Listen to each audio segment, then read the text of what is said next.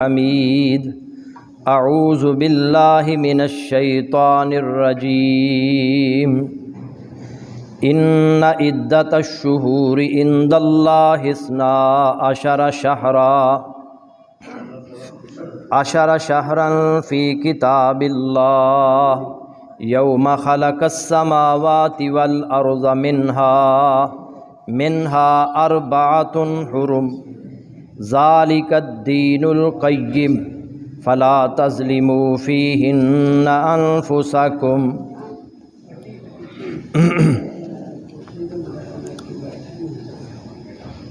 سورہ توبہ کی آیت نمبر 36۔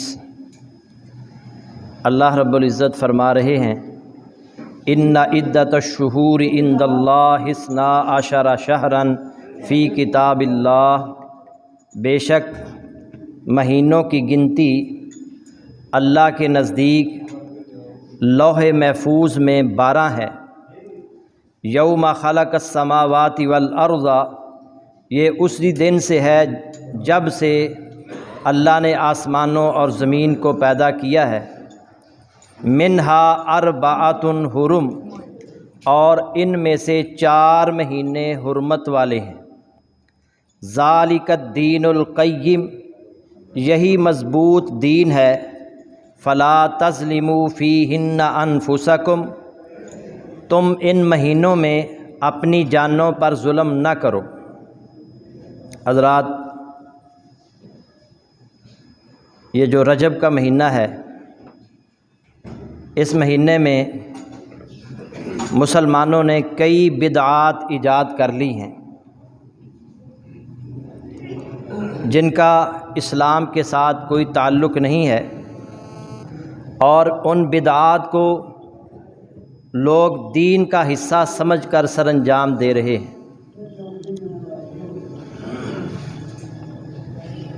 آج کے اس خطبہ جمعہ میں بتایا جائے گا کہ وہ کون کون سی بدعات ہیں اور ان کے بارے میں شریعت میں کیا حکم ہے۔ اللہ سے دعا کرتے رہا کریں کہ اللہ تعالی ہمیں بدعات سے محفوظ فرمائے۔ اللہ تعالیٰ کا قرآن میں حکم ہے یا ایھا الذین آمنوا لا تقدموا بین یدی اللہ ورسولہ واتقوا اللہ ان اللہ سمیع علیم۔ سورہ حجرات کی پہلی آیت ہے، اے ایمان والو، اللہ اور اس کے رسول سے آگے نہ بڑھو۔ واتقوا اللہ، اور اللہ سے ڈر جاؤ۔ ان اللہ سمیع علیم، اللہ تعالیٰ سننے والا بھی ہے، جاننے والا بھی۔ دین نام ہے قرآن کا اور اللہ کے نبی صلی اللہ علیہ وسلم کے فرمان کا، اس کے علاوہ کوئی اور دین نہیں ہے۔ جو میں نے آیات آپ کے سامنے پڑھی ہیں، اللہ فرما رہے ہیں کہ مہینوں کی گنتی اللہ کے نزدیک لوح محفوظ میں اللہ کی کتاب میں 12 ہے، اور یہ اس وقت سے ہے جب سے اللہ نے آسمان و زمین کو پیدا کیا ہے، اور ان میں سے 4 مہینے حرمت والے ہیں۔ یہاں یہ بات بھی سمجھ لیں، اللہ نے کہا ہے قرآن میں منہا اربعۃ حرم، ان 12 مہینوں میں 4 مہینے حرمت والے ہیں۔ اب وہ کون سے مہینے ہیں؟ قرآن میں ان کا نام نہیں لیا گیا، قرآن میں نہیں بتایا گیا۔ اس سے پتہ چلتا ہے قرآن کو سمجھنے کے لیے حدیث کا علم بہت ضروری ہے۔ پورے قرآن میں کہیں نہیں ہے کہ وہ 4 مہینے حرمت والے کون سے ہیں۔ صحیح بخاری شریف میں پھر اس کی وضاحت آتی ہے، حدیث میں اللہ کے نبی صلی اللہ علیہ وسلم نے بتایا کہ وہ 4 مہینے کون سے۔ سیدنا ابو بکرہ رضی اللہ تعالی عنہ راوی ہیں، صحیح بخاری شریف کی حدیث ہے۔ نبی صلی اللہ علیہ وسلم نے ارشاد فرمایا السنۃ 12 شہرا، سال 12 مہینوں کا ہے۔ منہا اربعۃ حرم، جن میں 4 مہینے حرمت والے ہیں، ثلاثۃ متوالیات، 3 پے در پے ہیں، 3 مہینے پے در پے ہیں، ذوالقعدہ و ذوالحجہ والمحرم، ذوالقعدہ، ذوالحجہ اور محرم، یہ پے در پے مہینے ہیں، یہ 3 حرمت والے مہینے۔ اور چوتھا وَرَجَبُ مُضَرَ الَّذِي بَيْنَ جُمَادَى وَشَعْبَانَ، اور چوتھا مہینہ رجب مضر ہے جو کہ جمادی الثانی اور شعبان کے درمیان آتا ہے۔ جو آج کل جس مہینے میں ہم ہیں یہ رجب کا مہینہ ہے، یہ جمادی الثانی اور شعبان کے درمیان والا مہینہ ہے، چوتھا یہ مہینہ ہے، 3 پے در پے اور چوتھا رجب، یہ 4 مہینے حرمت والے ہیں۔ اللہ تعالیٰ نے ان کے بارے میں فرمایا وَلَا تَظْلِمُوا فِيهِنَّ أَنفُسَكُمْ، ان مہینوں میں تم اپنی جانوں پر ظلم نہ کرو۔ ظلم سے کیا مراد ہے؟ ظلم سے مراد جنگ، لڑائی، قتل و غارت گری، اور اس کے ساتھ ساتھ اللہ اور اس کے رسول کی نافرمانی، بدعات کو فروغ، یہ سب ظلم میں چیزیں آتی ہیں۔ سورۃ البقرہ کی آیت نمبر 217 میں اللہ نے فرمایا یسألونک عن الشہر الحرام قتال فیہ، لوگ آپ سے حرمت والے مہینے میں لڑائی کے بارے میں سوال کرتے ہیں، قل قتال فیہ کبیر، آپ کہہ دیجئے کہ اس میں لڑائی کرنا بہت بڑا گناہ ہے۔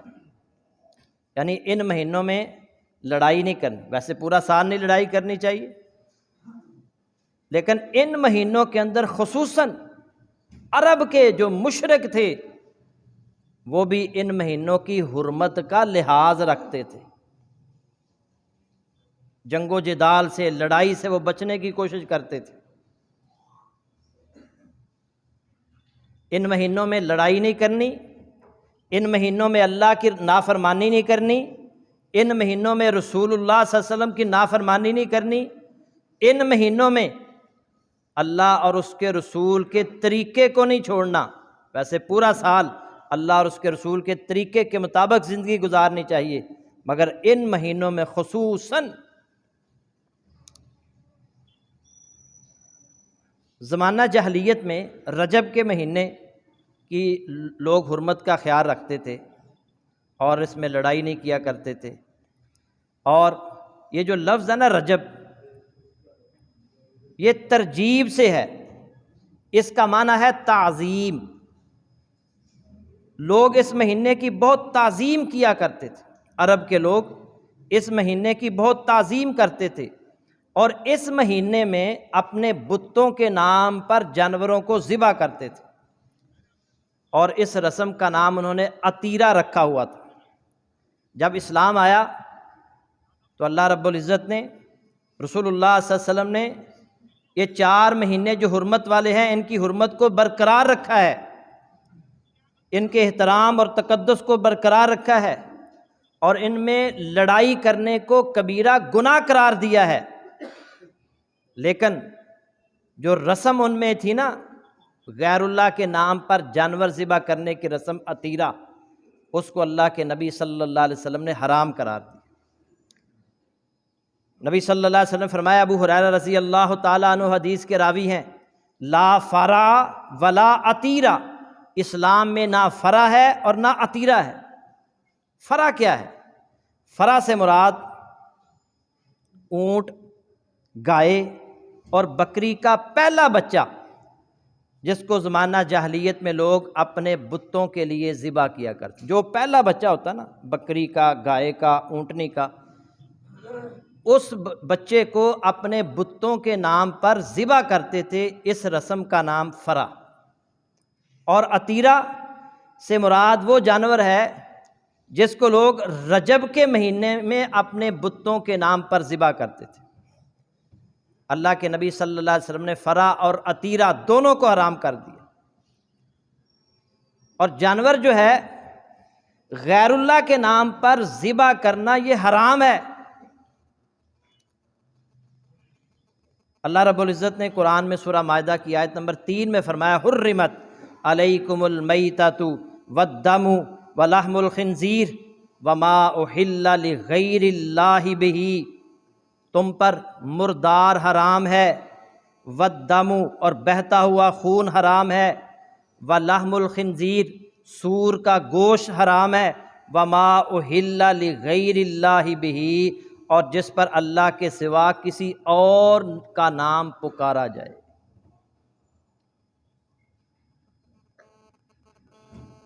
اور آگے فرمایا وہ جانور بھی حرام ہے، وما ذبح علی النصب، وہ جانور بھی جسے آستانوں پر ذبح کیا جائے، مزاروں پر، آستانوں پر، درباروں پر جس جانور کو ذبح کیا جائے وہ بھی حرام ہے۔ اور اللہ کے نبی صلی اللہ علیہ وسلم فرمایا ملعون من ذبح لغیر اللہ، جس نے غیر اللہ کے نام پر جانور ذبح کیا وہ ملعون ہے، وہ لعنتی ہے، اس پر لعنت۔ اور تفسیر عزیزی میں ہے، علماء کا اس بات پر اجماع ہے کہ اگر کسی مسلمان نے کوئی جانور غیر اللہ کے نام پر ذبح کیا تو وہ مرتد ہو جائے گا، اس کا ذبیحہ ایک مرتد کا ذبیحہ ہو، وہ مرتد ہو جاتا ہے۔ اور یاد رکھیں کہ غیر اللہ کے نام پر جو جانور ہے وہ ذبح کرنا بھی حرام ہے، اور جہاں آستانے ہیں، مزار ہیں، دربار ہیں، وہاں جا کر بھی جانور ذبح کرنا یہ حرام ہے۔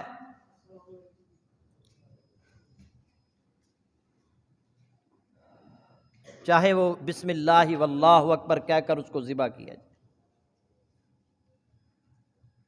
نبی صلی اللہ علیہ وسلم کے پاس ایک شخص آیا، اس نے کہا اللہ کے نبی میں نے ایک نظر ماننی تھی کہ بوانا کے مقام پر میں اپنا اونٹ ذبح کروں گا۔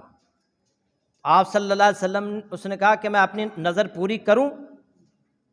آپ نے پوچھا، سوال کیا کیا وہاں جاہلیت کے بتوں میں سے کسی بت کی پوجا کی جاتی تھی؟ اس نے کہا نہیں۔ پھر آپ نے فرمایا هل کان فیہا عید من اعیادہم، کیا وہ لوگ وہاں کوئی جشن یا عرس جو ہے وہ مناتے تھے؟ اس جگہ پر جہاں تم نے اونٹ ذبح کرنا ہے وہاں کوئی عرس ہوتا تھا، کوئی میلہ ہوتا تھا، کوئی دربار تھا، کوئی بت تھا وہاں؟ اس نے کہا نہیں۔ پھر آپ نے فرمایا تم اپنی نظر پوری کرو، کیونکہ اللہ کی نافرمانی میں نظر پوری نہیں کی جاتی، اور نہ ایسی نظر جس کو پورا کرنے کا انسان اختیار نہ رکھتا ہو۔ ابو داؤد شریف میں حدیث۔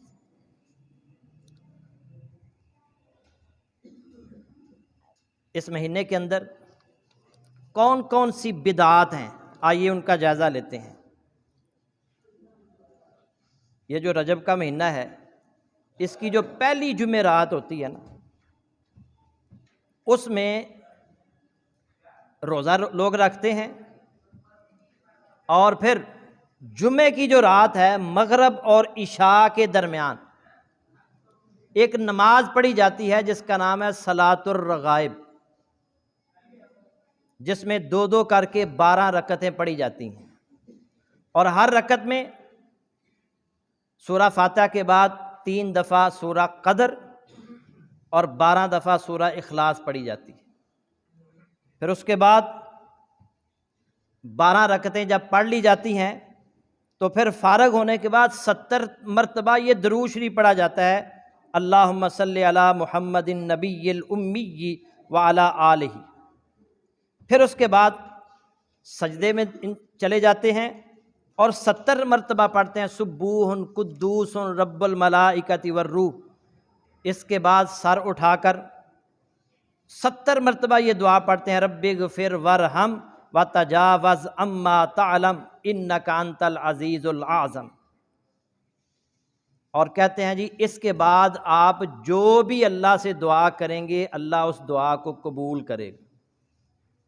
اب یہ جو روایت ہے اس کے بارے میں ابن جوزی، امام نووی، امام شوقانی مختصراً، چونکہ ٹائم تھوڑا رہ گیا ہے، ان سب نے اس روایت کو من گڑت قرار دیا ہے، یہ خود گڑی گئی ہے، اللہ کے نبی صلی اللہ علیہ وسلم سے ثابت نہیں ہے۔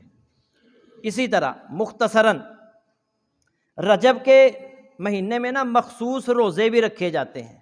کہتے ہیں ایک حدیث، یہ بھی موضوع ہے، من گڑت ہے، کہ اس مہینے میں ایک روزہ رکھو گے تو 1000 سال کے روزے لکھ دیے جاتے ہیں، 2 روزے رکھو گے تو 2000 سال کے روزے لکھ دیے جاتے ہیں، 3 روزے رکھو گے تو 3000 سال کے روزے لکھ دیے جاتے ہیں، جو 7 روزے رکھے گا جہنم کے دروازے اس کے لیے بند کر دیے جاتے ہیں، جو شخص 8 روزے رکھے گا اس کے لیے جنت کے 8 دروازے کھول دیے جاتے ہیں، اور جو 15 روزے رکھے گا اس کی برائیوں کو نیکیوں میں بدل دیا جاتا ہے، اور ایک اعلان کرنے والا اعلان کرتا ہے کہ اللہ نے تمہاری مغفرت کر دی ہے، تم نئے سرے سے عمل شروع کر دو۔ جو شخص اس سے زیادہ روزے رکھتا ہے اسے اس سے زیادہ عطا کیا جاتا ہے۔ امام جوزی اور دیگر ائمہ نے اس حدیث کو بھی موضوع قرار دیا ہے، من گڑت ہے یہ روایت۔ کتنے عجیب ہیں یہ لوگ جو اللہ کے نبی کی صحیح احادیث ہیں ان کی طرف آنے کی بجائے موضوع روایات، من گڑت روایات کی طرف آ رہے ہیں۔ اسی طرح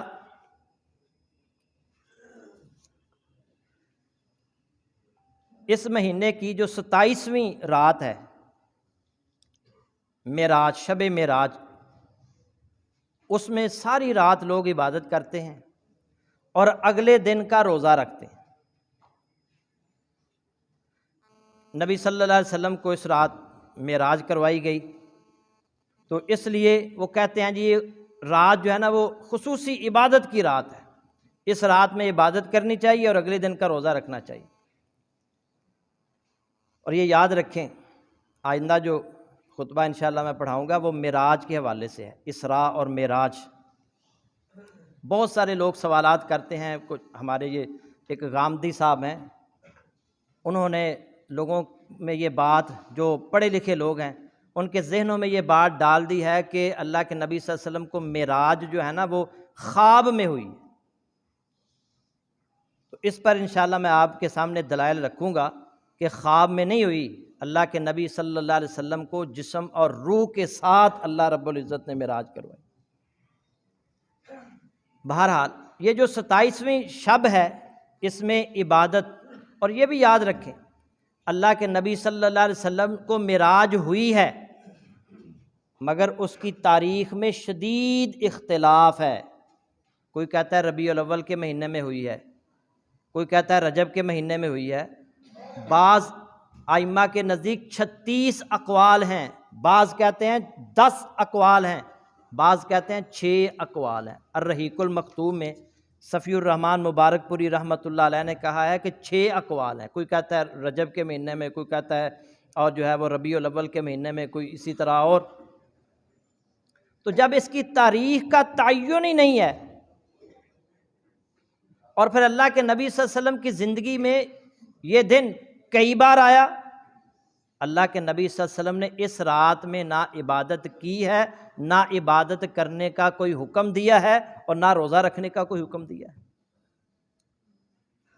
آپ اللہ کے نبی روزے رکھتے تھے، نفلی روزے رکھتے تھے، ہر سوموار اور ہر جمعرات کا روزہ رکھتے تھے، رکھیں روزہ، ہر سوموار کا رکھیں، ہر جمعرات کا رکھیں، کوئی نہیں آپ کو روکے گا، ثواب ہے۔ اور ہر ایام 20 کے روزے رکھ سکتے ہیں، ہر مہینے کی جو چاند کی 13، 14 اور 15 تاریخ ہے اس کو روزہ رکھیں۔ لیکن جو روزے خود بنا دیے گئے ہیں، جن کا شریعت کے ساتھ کوئی تعلق نہیں ہے، وہ روزہ آپ پورا مہینہ بھی روزہ رکھتے رہیں، وہ بدعت ہے، اور بدعت جو ہے وہ گمراہی ہے، اور گمراہی جہنم کی آگ میں لے کر جائے۔ اور پھر بعض لوگ کہتے ہیں کہ رجب کے مہینے میں عمرہ کرنا چاہیے۔ اللہ کے نبی صلی اللہ علیہ وسلم نے جی رجب کے مہینے میں عمرہ کیا، اللہ کے نبی صلی اللہ علیہ وسلم نے ایک بھی عمرہ رجب کے مہینے میں نہیں کیا، آپ نے 4 عمرے کیے ہیں، اور 3 آپ نے عمرے ذوالقعدہ کے مہینے میں کیے ہیں۔ ایک نبی صلی اللہ علیہ وسلم نے عمرہ حج میں کیا تھا، تو 4 عمرے کیے، رجب کے مہینے میں آپ نے عمرہ کیا ہی نہیں ہے۔ یہ بھی من گڑت بات ہے کہ اللہ کے نبی صلی اللہ علیہ وسلم نے رجب کے مہینے میں عمرہ کیا اور رجب کے مہینے میں عمرہ کرنا افضل ہے۔ رجب کے مہینے میں عمرہ کیا جا سکتا ہے، لیکن خاص اس نیت کے ساتھ کہ اس مہینے میں عمرہ کرنا افضل ہے، یہ نیت کے ساتھ اگر آپ جائیں گے تو پھر اجر و ثواب نہیں ملے گا۔ ویسے آپ پورا سال عمرے کر سکتے ہیں۔ اسی طرح رجب کی 22 تاریخ کو رجب کے کنڈے، یہ جو کنڈے ہیں نا، ایمان کا کنڈا کر دیں گے۔ 22 تاریخ کو امام جعفر صادق رحمۃ اللہ علیہ کے نام پر مٹھائیاں تقسیم کی جاتی ہیں، شیرینی تقسیم کی جاتی ہے، اور اسی طرح اور چیزیں تقسیم کی جاتی ہیں کنڈوں کے نام پر۔ اور ایک کہانی 1906 میں، یہ برِ صغیر کی ایجاد ہے، 1400 سال بعد یہ دین تو اللہ کے نبی صلی اللہ علیہ وسلم نے 1400 سال 1450 سال پہلے مکمل کر دیا، اور 1906 کے اندر یہ رجب کے جو کنڈے ہیں کسی ہندوستان کے ایک بندے نے یہ شروع کیے، اور یہاں آج پاکستان برِ صغیر کے اندر اور کہیں نہیں ہے۔ اور حقیقت کیا ہے؟ امام جعفر صادق رحمۃ اللہ علیہ 22 رجب کو نہ پیدا ہوئے ہیں نہ ان کی وفات ہوئی ہے۔ 22 رجب کو ہوا کیا تھا؟ 22 رجب کو امیر معاویہ رضی اللہ تعالی عنہ کی وفات کا دن ہے، اور بہت سارے لوگ جو شیعہ حضرات ہیں وہ امیر معاویہ رضی اللہ تعالیٰ عنہ کو برا بلا کہتے ہیں، کیونکہ وہ یزید کے والد محترم ہیں، امیر معاویہ امیر المومنین، ان کو برا بلا کہتے ہیں۔ تو ان کی وفات 22 رجب کو ہوئی ہے۔ ان کی وفات کی خوشی میں یہ رجب کے کنڈے شیعہ حضرات نے شروع کیے، اور سنی حضرات بھی ان کے پیچھے لگ گئے۔ اللہ تعالیٰ ہدایت نصیب فرمائے۔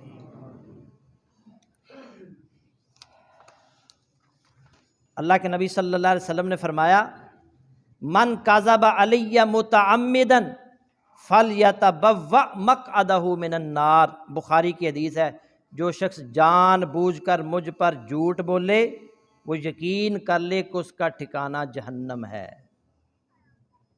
بات خود گھڑ کے یا گڑی ہوئی بات آگے بیان کر کے اور منسوب کرے وہ رسول اللہ صلی اللہ علیہ وسلم کی طرف، اللہ کے نبی فرما رہے ہیں فَلْيَتَبَوَّأْ مَقْعَدَهُ مِنَ النَّارِ، وہ یقین کر لے کہ اس کا ٹھکانہ جہنم ہے۔ اور اسی طرح آپ صلی اللہ علیہ وسلم نے فرمایا لا تکذبوا علی، تم مجھ پر جھوٹ نہ گڑنا، فَإِنَّهُ مَنْ كَذَبَ عَلَيَّ فَلْيَلِجِ النَّارِ، کیونکہ جو شخص مجھ پر جھوٹ گڑے گا وہ یقیناً جہنم میں جائے گا۔ یہ بھی بخاری کی حدیث ہے۔ من یقل علی ما لم اقل، جو آدمی میری طرف وہ بات منسوب کرے جو میں نے نہیں کہی، فلیتبوأ مقعدہ من النار، تو اس کا ٹھکانہ جہنم ہے۔ حضرات، ہم جوتا خریدنے کے لیے جاتے ہیں نا، ایک دکان پر سینکڑوں جوتے ہوتے ہیں، آدھا گھنٹہ گھنٹہ ضائع کرنے کے بعد ہمیں پسند نہیں آتا، دوسری دکان پر چلے جاتے ہیں۔ کوئی چیز خریدنے جاتے ہیں، پوری ایک دکان پر داخل ہوں، ہزاروں چیزیں پڑی ہیں، ہمیں پسند نہیں آتا، ایک سوٹ خریدنے کے لیے، جوتا خریدنے کے لیے گھنٹوں ہم ضائع کرتے ہیں، مگر دین کے لیے ہمارے پاس وقت ہی نہیں ہے۔ جو مولوی صاحب نے کہہ دیا بس آمنا، ہم نے یہ نہیں دیکھنا مولوی صاحب کیا کہہ رہے ہیں، ہم نے پوچھنا ہے اس سے، بھائی بتاؤ اس کی دلیل قرآن میں ہے، اس کی دلیل اللہ کے نبی کے فرمان میں ہے۔ دین قرآن کا نام ہے یا اللہ کے نبی کے فرمان کا نام ہے، اس کے علاوہ کوئی اور دین نہیں ہے۔ آپ صلی اللہ علیہ وسلم نے فرمایا تھا میں دو چیزیں تم میں چھوڑ کر جا رہا ہوں، ان کو مضبوطی سے پکڑ لو گے تو کبھی گمراہ نہیں ہوگے۔ ایک ہے اللہ کی کتاب اور ایک اس کے رسول کی سنت۔ کتاب و سنت کو مضبوطی سے پکڑ لیں، بدعات کو چھوڑ دیں، یہ بدعات کل، ہر جمعے میں اللہ کے نبی صلی اللہ علیہ وسلم کہا کرتے تھے کل بدعت ضلالہ، ہر بدعت گمراہی ہے، وکل ضلالۃ فی النار، اور یہ جو گمراہی ہے جہنم کی آگ کی طرف لے جائے گی۔ اس لیے بدعات سے بچیں، خالص دین کی طرف آئیں اور تھوڑی سی محنت کریں، دین کے بارے میں ریسرچ کریں۔ ایک ہی مسئلے پر آپ ریسرچ کریں گے، آپ حقیقت تک پہنچ جائیں گے، لیکن اپنا مائنڈ، ذہن کھول کر قرآن کو ترجمے کے ساتھ پڑھیں۔ ہم تو پڑھاتے ہیں نا جی، کئی ایک جگہوں پر، میں گلشن اقبال پارک میں پڑھاتا ہوں، الحمدللہ پورا قرآن ترجمے کے ساتھ لوگوں نے پڑھا ہے وہاں، تو بہت ساری خواتین اور اسی طرح مرد حضرات وہ کہتے ہیں کہ جب سے ہم نے یہ قرآن پڑھا ہے ہماری بہت ساری چیزیں درست ہو گئی ہیں۔ اور پڑھیں تو صحیح، قرآن پڑھیں تو صحیح ترجمے کے ساتھ۔ اللہ کے نبی صلی اللہ علیہ وسلم کا فرمان، احادیث، اب تو ہر حدیث کا ترجمے موجود ہیں، آپ کا موبائل جو ہے اس میں پوری لائبریری آپ کے پاس موجود ہے۔ تھوڑی سی ریسرچ کریں، تھوڑی سی تحقیق کریں دین کے معاملے میں، جس طرح دنیا کے معاملے میں آپ تحقیق کرتے ہیں، آپ تحقیق کریں گے تو انشاءاللہ اصل تک پہنچ جائیں گے، حقیقت تک پہنچ جائیں گے۔ کل قیامت والے دن اللہ نے یہ نہیں پوچھنا،